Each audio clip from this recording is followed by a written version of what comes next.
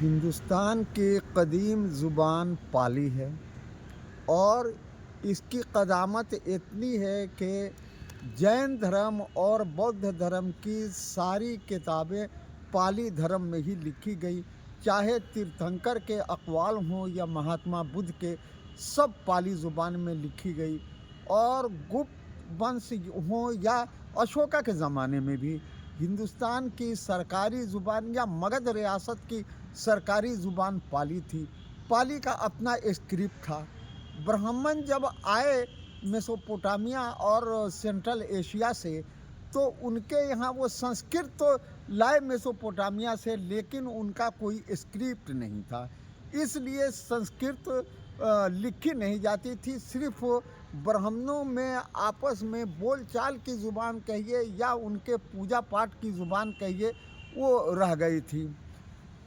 8वीं सदी में जब ईरान से देवनागरी रस्मुल ख़त आया, तो उसमें संस्कृत लिखा जाने लगा।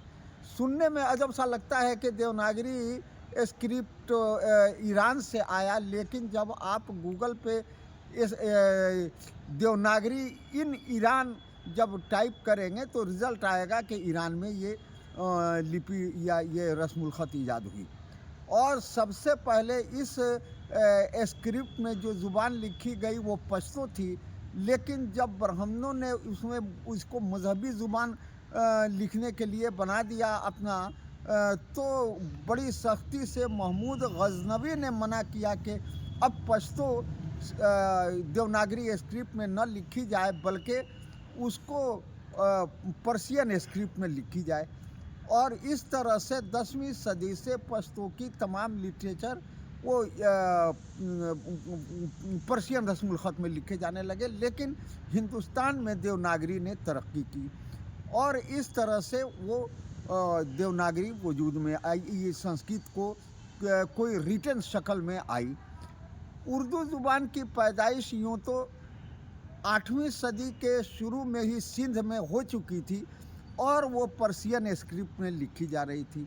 हिंदी का वजूद नहीं था, बल्कि उर्दू ही को वो हिंदुस्तानी कहा जाता था और उर्दू को पहले रेख्ता कहा गया, लेकिन बाद में ये उर्दू कहा जाने लगा। उर्दू का तुर्की ज़ुबान में मतलब होता है बाज़ार, बाज़ार की ज़ुबान थी, तो इसको उर्दू कहा गया।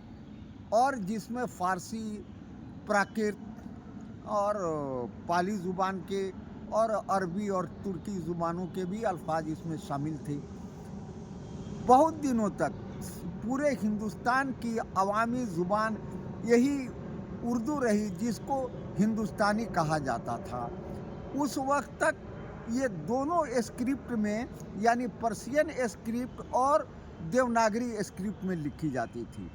लेकिन 1832 में फोर्ट विलियम कॉलेज का प्रिंसिपल जब जॉन गिलक्रिस्ट हुआ, तो उसने डिवाइड एंड रूल पॉलिसी के तहत सबसे पहले फोर्ट विलियम कॉलेज में उसने उर्दू और हिंदी के अलग अलग डिपार्टमेंट्स कायम किए।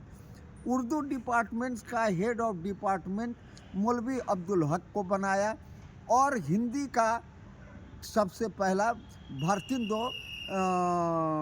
भरतिंदो को बनाया। और इस तरह से यहाँ एक तरफ जो देवनागरी स्क्रिप्ट में लिखा जाने लगा, उसको उसमें संस्कृत की बहुतात की जाने लगी और इस तरह से धीरे धीरे ये दो ज़ुबानें अलग हो गई, हिंदी और उर्दू।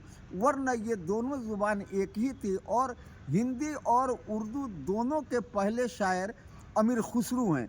इस तरह से ये कहा जा सकता है, या हकीकत भी है, कि उर्दू ज़ुबान पहली है और हिंदी ज़ुबान उर्दू ज़ुबान से निकली है, क्योंकि उर्दू ज़ुबान के भी पहले शायर अमीर खुसरो थे और अमीर खुसरो बेसिकली फ़ारसी के शायर थे, उर्दू के शायर थे।